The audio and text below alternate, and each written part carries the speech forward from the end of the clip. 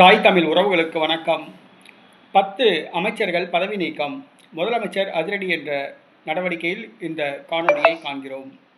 10 அமைச்சர்கள் பதவி நீக்கம், முதலமைச்சர் அதிரடி.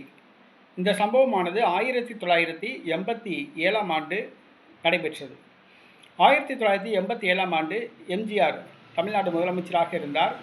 உடல் நலக்குறைவினால் அவதிப்பட்டார். ஏறத்தாழ மரண தருவாயில் இருந்தார்.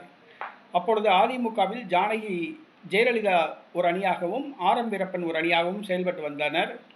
ஆர்.எம். வீரப்பன் கோஷ்டியின் கை ஓங்கி இருந்தது. அமைச்சரவையில் பெரும்பாலானோர் ஆர்.எம். வீரப்பன் அணியை சார்ந்தவர்கள். ஜெயலலிதா எம்ஜிஆரிடம் புகார் கூறினார்.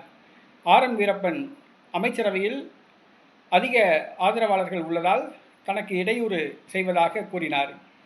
மேலும் அமைச்சர்களுடைய செயல்பாடுகள் பற்றி புகார் கூறினார் செல்வி ஜெயலலிதா. ஒரே நாள் நள்ளிரவில் தமிழ்நாடு முதலமைச்சர் எம்.ஜி. ராமச்சந்திரன் அவர்கள் 10 பேரை அமைச்சர் பதவியிலிருந்து தூக்கினார். ஆர்.எம். வீரப்பன், காளிமுத்து, பொன்னையன், விஜயலட்சுமி பழனிசாமி, கோமதி சீனிவாசன் உள்ளிட்ட 10 அமைச்சர்களை ஒரே நாளில் பதவியிலிருந்து நீக்கினார். அவர் மரணமடையும் வரை அந்த 10 அமைச்சர்களை மீண்டும் அமைச்சரவையில் சேர்க்கவில்லை என்பது குறிப்பிடத்தக்கது. ஒரே நாளில் 10 அமைச்சர்களை முதலமைச்சர் எம்.ஜி. ராமச்சந்திரன் அதிரடியாக நீக்கினார். தமிழக வரலாற்றில் இதுதான் முதல் முறை ஒரே நாளில் 10 அமைச்சர்கள் நீக்கப்படுவது.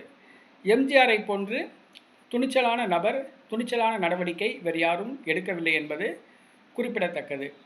எம்ஜிஆர் அடுத்த ஒரு சில மாதங்களில் மரணமடைந்து விட்டார் என்பது குறிப்பிடத்தக்கது.